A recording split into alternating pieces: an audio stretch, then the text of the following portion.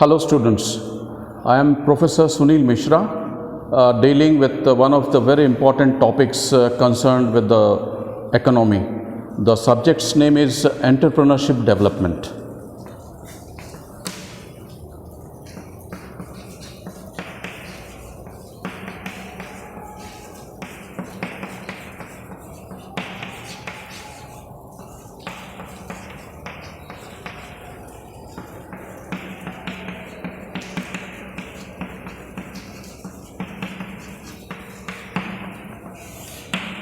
Well, we will have a systematic, in-depth discussion about this subject, and the current chapter which is being discussed is Introduction to Entrepreneurship.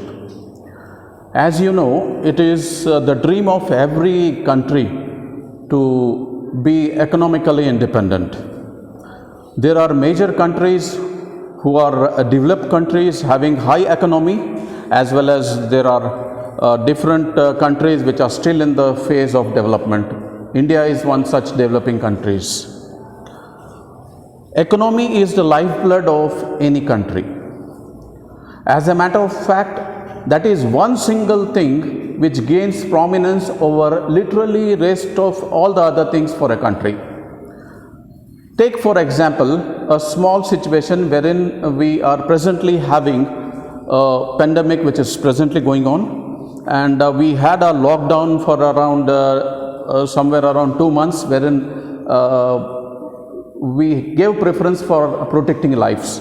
But as the pandemic proceeds, is not in a position to get controlled, we literally had to come out, and we could not prefer to close down the economy. So here, as in this small example, you find that the economy of a country gains prominence over literally any factor in life. Now we will discuss what are the factors which will make a country economically sound. There are different factors: availability of raw material,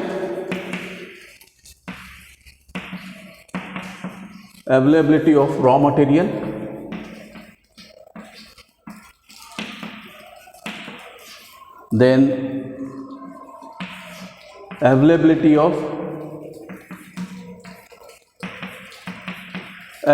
of manpower or labor, what you call. Then availability of technology is one very important thing which contributes towards economic development of a country.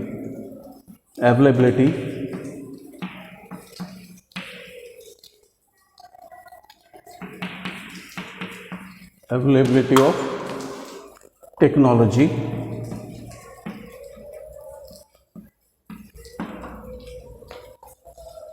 D, effective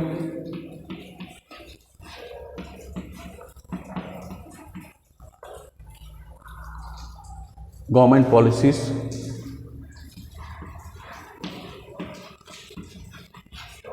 For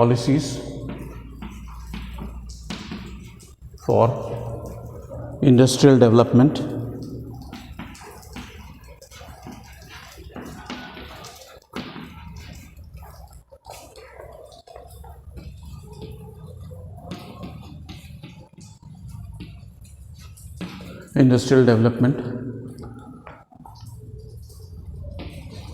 Effective implementation of these. Effective and efficient implementation.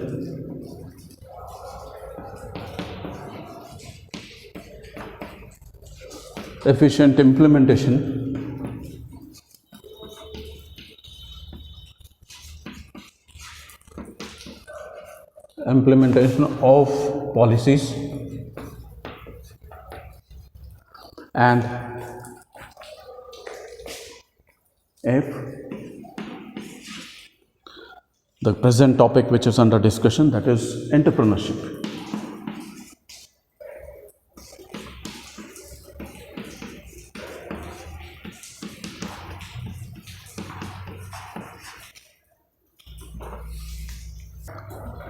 So, having written all these points from A to E, I further write that this is point F as entrepreneurship. So now, if you ask me, all these factors are equally important for the development of the economy of the country. And one of the most important factors in these factors what have been written here, entrepreneurship contributes to the development of economy to a very large extent. Now the question arises, who an entrepreneur is? I'll further define entrepreneur.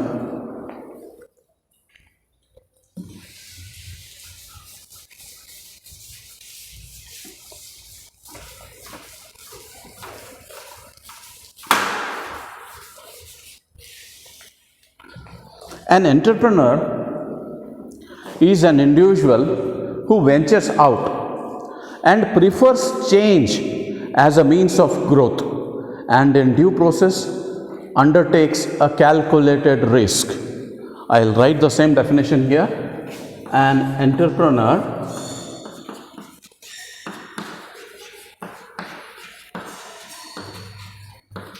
is an individual who ventures out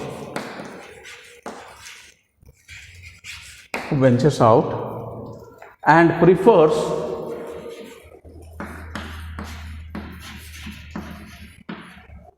change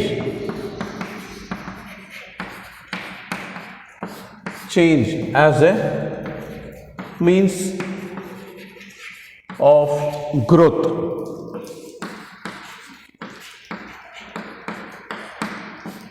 Change as a means of growth and confidently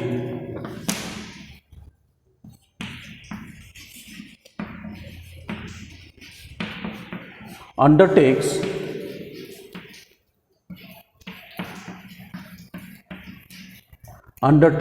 a calculated risk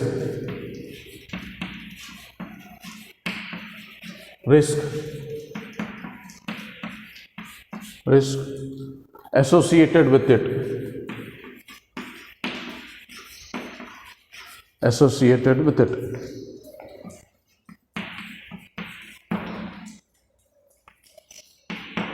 Okay. So now you find that entrepreneur is a person who is an individual who has got a different mindset than almost an average individual. What an average individual presently does is he comes to school, goes to college, studies inside a college, gets a degree and then tries to work for someone else. But here you have got a difference that there is an individual who seeks a change and prefers change as a growth prospect. That is, instead of trying to just go and work for someone, he believes that he can work for his own self and he thinks that working for his own self is a means of growth for himself, is a means of growth for the society and in turn is a means of growth for the country as well. So I have told here to you how he is different, that is what change is there in entrepreneur as well as a normal conventional person who's got a mindset of working for someone else. Both are trying to grow up in life, but a conventional mindset wants to work for another person, wants to work under another person, but an entrepreneur is a person who prefers to work for himself and feels that that change of working for himself is a means of growth for him.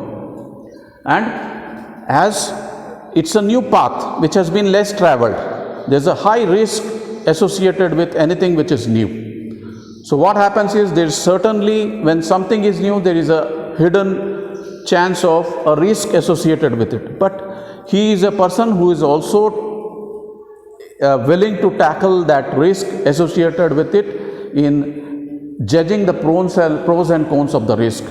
He has got an ability to gather all sorts of data and on the basis of analysis of the data, analysis of the external surroundings, analysis of his own strengths and weaknesses, analysis of the other opportunities which are waiting for him, he takes a calculated risk in conjunction with evaluation of all these factors together. And it's not just taking a calculated risk, but a calculated risk associated with proper decision making, a right type of decision making, and a timely decision making. Now we come to the basics of what an entrepreneur is.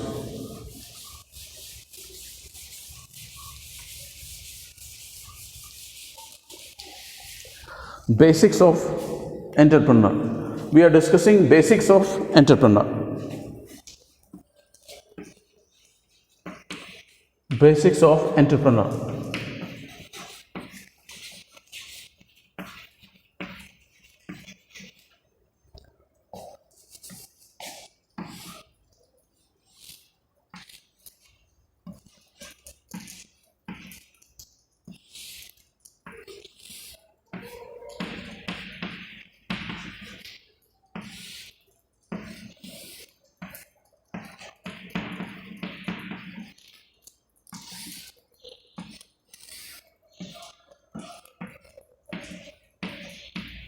Growth, urge, skill, vision and growth, and then you are having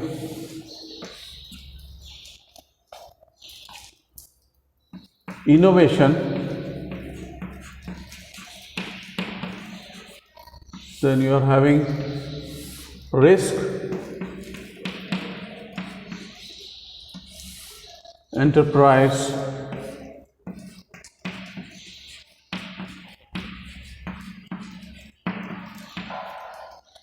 and then you are having this management,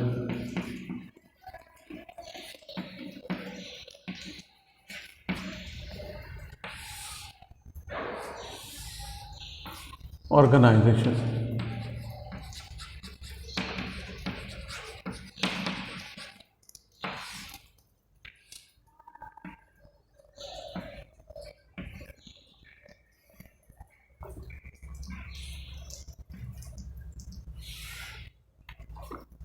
So in the block diagram, what you see here is the basics of entrepreneurship. The one thing which separates an entrepreneur from the rest of the world is his urge to excel. That is, there is a deep down thought process inside his mind that I need to achieve something in life that rest of the people have not achieved. So that is that deep urge down there inside an entrepreneur's mind is what separates a normal human being who is having a copycat attitude of going and working out for someone else and an entrepreneur. That urge to excel is one of the most important abilities of an entrepreneur. Then, in order to succeed in running an enterprise properly under the face of stiff competition, you need to have developed proper types of skills. Skill set like administrative skill, organizational skills and soft skills. There are different types of skills which are a mandatory requirement for an entrepreneur to just master. Vision.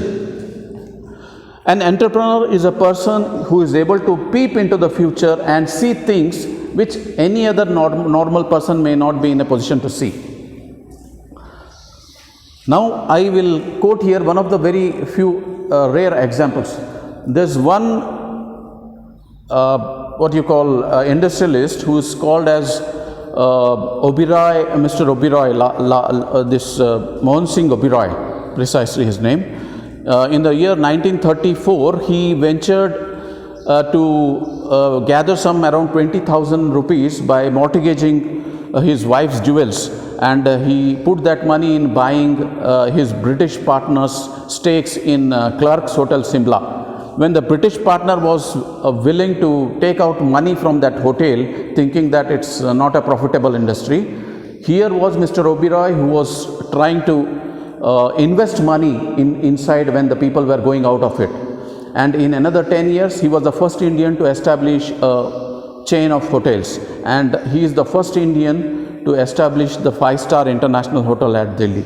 So that is what vision, where people were not able to see the prosperity and were taking their money out of a business. Here was some person out of great difficulty. He was managing to amass some money by selling the jewels of his wife and trying to put money inside it, and in another 10 years time you find that he is the first Indian to set up the 5-star international hotel at Delhi. So this is one excellent example of vision. Then growth. Every enterprise faces stiff competition, and one time or the other, because of different circumstances, different number of competitors. So ultimately it is the entrepreneur's dream that his enterprise should grow. In trying to grow an enterprise, you have to continually change. You have to be well abreast with all the surroundings, all the competitors, change in technology, manpower availability, raw material availability, different types of things you need to be continually keeping a track on, so that you will be in a position to sustain the growth. Then innovation.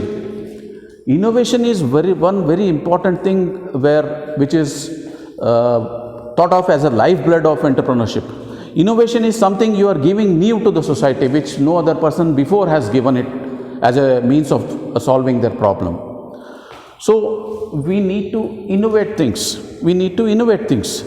Because when there is a copycat, the same types of products are doing the rounds over and over again. You need to just give a careful thought of analyzing different problems which the society is having, try to come up with something new in the product, try to put up a new product, or probably a new service, or a product which is bettered in its quality, a product which is bettered in the delivery of timings. So there is a vast scope for innovation. It is in fact through innovation that most of the entrepreneurship program has survived today. Risk. For anything new which comes up, there is an associated amount of risk. So a normal human being is not in a position to go ahead and face the risk for the fear of failure. But an entrepreneur is a wise person. He takes a calculated risk, not a blind risk. A blind risk is always like it is left for chance occurrence. But here is a person who is having all the information about what are the possibilities of success and what are the consequences of failure, and where does he stand if he loses on the failure. And ultimately he establishes an enterprise for himself, wherein people go out, work there, and put up the product or services which are in demand, in tune with the market requirement. So this is a basics of entrepreneur.